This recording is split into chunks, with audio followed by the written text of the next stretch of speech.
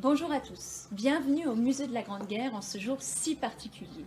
Un jour où nous allons vous parler d'amour, puisqu'aujourd'hui c'est la Saint-Valentin. Je suis avec Ivan et on va profiter de cette occasion si spéciale pour vous lire des lettres de poilus, mais également par la suite vous parler de flirt, puisque la Grande Guerre n'est pas exemple des deux. On va vous lire, alors ça va notamment être l'occasion de rappeler que nous avons une exposition en ce moment sur les donations, 10 ans de dons. On va donc vous lire une lettre qui nous provient d'un don. C'est un don qui regroupait des courriers et des dessins de Fred Vica, caporal au 22e régiment d'infanterie. Il écrivait à sa bien-aimée, comme il aime l'appeler, Madeleine durant la Grande Guerre. Voici quelques extraits de leurs échanges. Sur les France, ce 8 février 1918.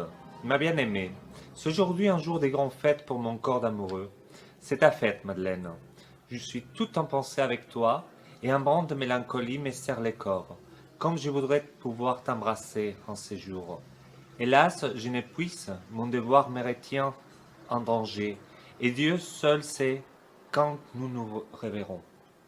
Aussi, naïvement, comme un classique amoureux, je t'ai fait un bel en-tête bien biché pour te souhaiter bonne fête, ma tant douce amie. Comme j'ai peur que ma lettre ne te parvienne pas, hélas comme tant d'autres, je te l'écris le jour même de ton anniversaire pour que tu saches que ton caporal pense à toi ce jour-là plus que de raison. Je t'ai adressé une carte il y a déjà 8 jours, c'est-à-dire le 1er février. Puis j'espérais que tu l'as reçue le 8 février, c'est-à-dire aujourd'hui. Que ce supplice de ne pouvoir t'adresser de nouvelles est donc cruel. Enfin, patientons. Un jour viendra où nous nous dédommagerons.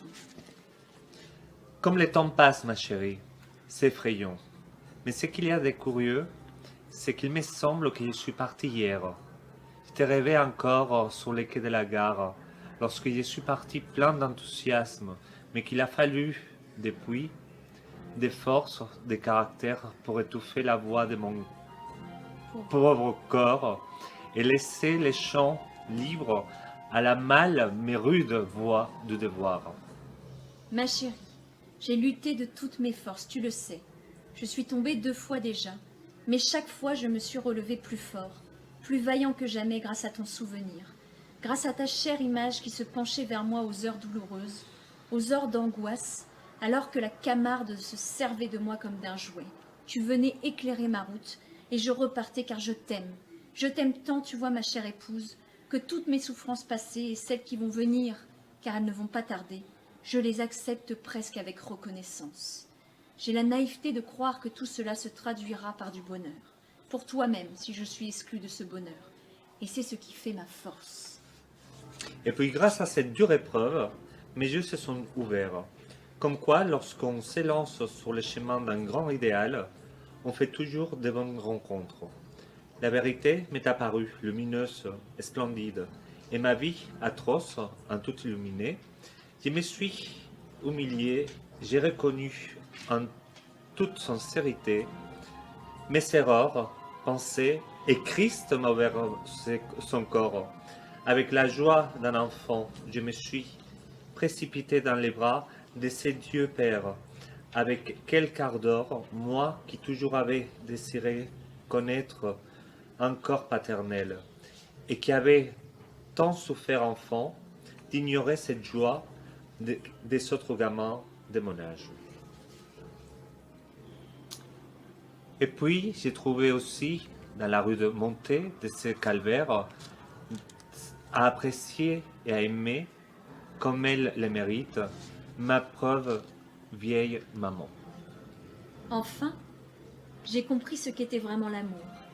Certes, je t'aimais bien en te quittant. Il me semblait que je t'aimais. Eh bien non. Maintenant vraiment je mets à conjuguer ce délicieux verbe un autre sens. Ce n'est plus simplement l'association de 2 vies. Ce n'est plus seulement la conjonction de 2 corps. C'est bien plus beau, bien plus haut, ma chère moitié. C'est la communion parfaite, absolue de 2 âmes. Et rien ne peut plus les séparer. Pas même ce qui effraie tant de gens, la mort. Quand on aime, vois-tu Madeleine, comme je t'aime, mais la vie serait trop courte, serait trop petite, trop mesquine pour nous satisfaire. La mort, au lieu de séparer, réunit. Regarde Christ, son amour pour nous reste infini. Et nous ne l'avons pas vu, pas connu, mais cet amour à lui, la vie éternelle, et tous ceux qui se confient, qui se dorment entièrement à lui, ont aussi cette vie éternelle. Ma chérie, en ce jour, vois-tu, j'ai l'âme lourde d'amour inexprimé. Ma plume est rebelle.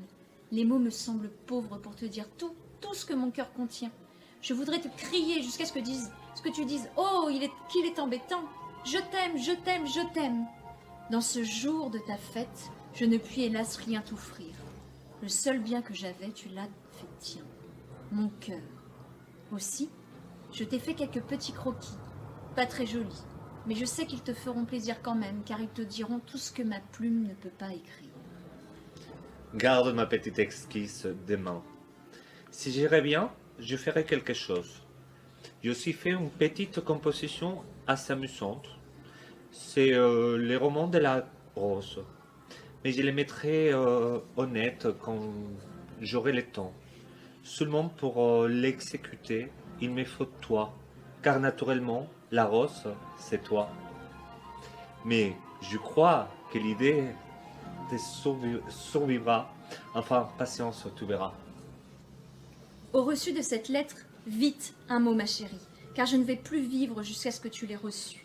Tu ne peux savoir quelle peine j'éprouve quand j'apprends qu'une missine s'est égarée. J'y mets tellement de moi que c'est comme une nouvelle séparation quand tu ne reçois rien.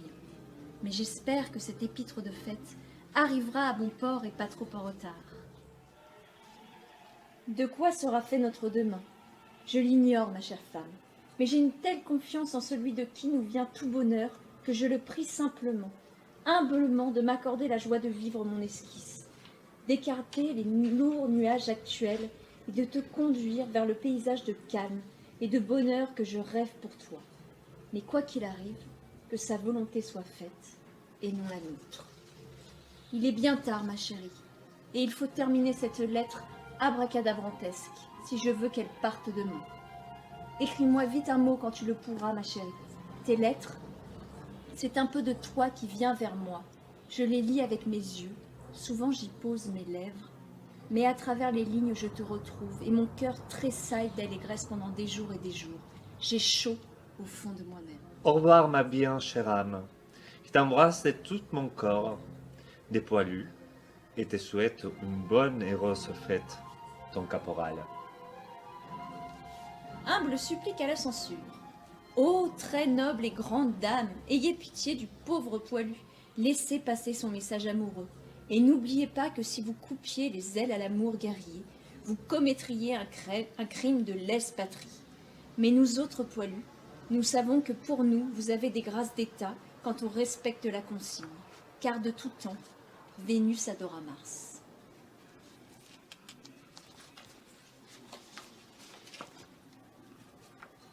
Nous allons maintenant lire une seconde lettre, toujours du même auteur et toujours à destination de sa Madeleine. Celle-ci date d'octobre 1917. Sur le front, ce 19 octobre 1917. Juste un mot, ma chère cigale, pour te remercier de ta lettre du 13 octobre. Je savais bien des choses sur les cigales, mais j'ignorais qu'elles étaient sous 6 ou pollen et s'emballaient si facilement. N'empêche, malgré tout, ta lettre me plaît. C'est un petit chef-d'œuvre d'ironie. Et c'est bien fait pour moi, je n'ai que ce que je mérite. Mais mon cœur de prof se réjouit de voir que l'esprit de son élève ne vieillit point. D'ailleurs, je te préviens que je ne crois pas un traître mot à l'irréparable outrage des ans. Tu exagères sûrement pour me faire rager. Et puis même si cela était, mon opinion à ce sujet est la suivante. Crois-tu vraiment que je t'aime simplement pour ta beauté féminine, ou bien pour autre chose encore? Et crois-tu que, ce que je ne te souhaite pas bien entendu, si tu étais défigurée ou enlaidie, je t'en aimerais moins? La réponse, tu la trouveras dans ton cœur, ma bien-aimée, en te demandant si je revenais, ce qui a plus de chances d'arriver, amoché physiquement, m'aimerais-tu moins? Moi, je suis sûre que non. Alors, tu peux conclure.